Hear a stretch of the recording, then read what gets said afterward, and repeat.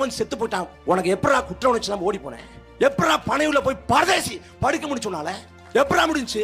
படத்துல குழந்தை இறந்து போனா துடிக்கிறியடா படத்துல பரதேசி.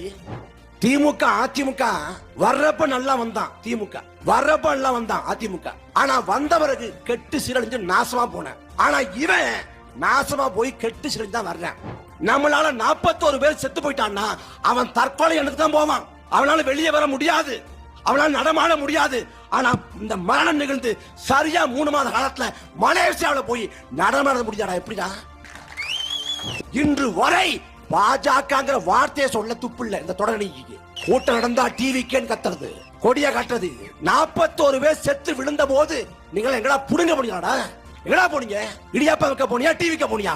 எங்கடா போன? மக்களோட நிக்க துப்பு இல்லனா என்ன மைத்திரான கட்சி? ஆனா இவர் ஒரு பெரிய தலைவர், பெரிய மயாண்டி. உன் ஆணவத்துக்கு, உன் அதிகார திமிருக்கு, உன் செருக்கு முடிவட்டும்டா. மக்களை பார்த்தா என்ன? ஏண்டா பரதேசி, நாங்கள் என்ன புடுங்கணும்னு இருக்கட்டும், புரியுதா? நீ என்னத்தை புடுங்குனீங்க இவ்வளோ கத்திட்டு இருக்க? இல்லை கேட்குறேன், அந்த கரூர் மக்கள் 41 பேர் செத்ததை வச்சு அரசியல் பண்ணதை தவிர வேற என்னடா புடுங்கிருக்கீங்க? நீயும் உங்கள் அண்ணன் சீமானும் அந்த குடும்பத்துக்கு ஏதாவது புடுங்கிருக்கீங்களா? ஒரு மயிர் அளவுக்கு நீங்கள் புடுங்கிருப்பீங்களா?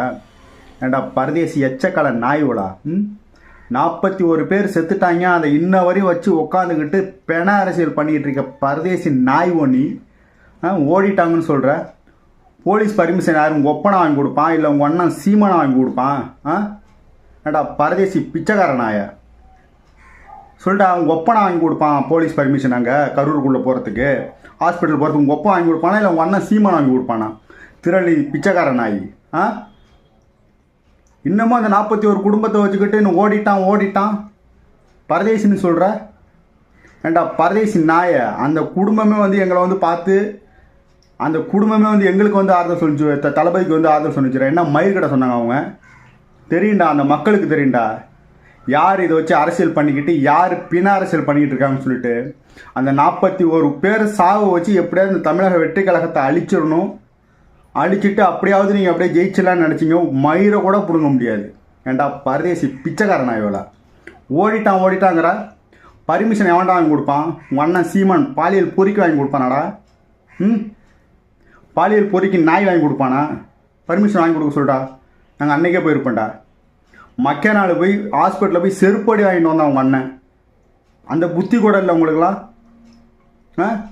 நீ என்ன போய் உள்ளே போய் ஆஸ்பத்திரி உள்ள போய் பிடுங்க போறியான்னு கேட்டாங்க. பாதிக்கப்பட்ட ஒரு ஆள் சீமானை பார்த்து கேட்குறான், நாங்கள் காலையிலேருந்து இங்கே வெயிட் பண்ணிகிட்டு இருக்கோம், நீ உள்ளே போய் பிடுங்க போறியான்னு கேட்டான்.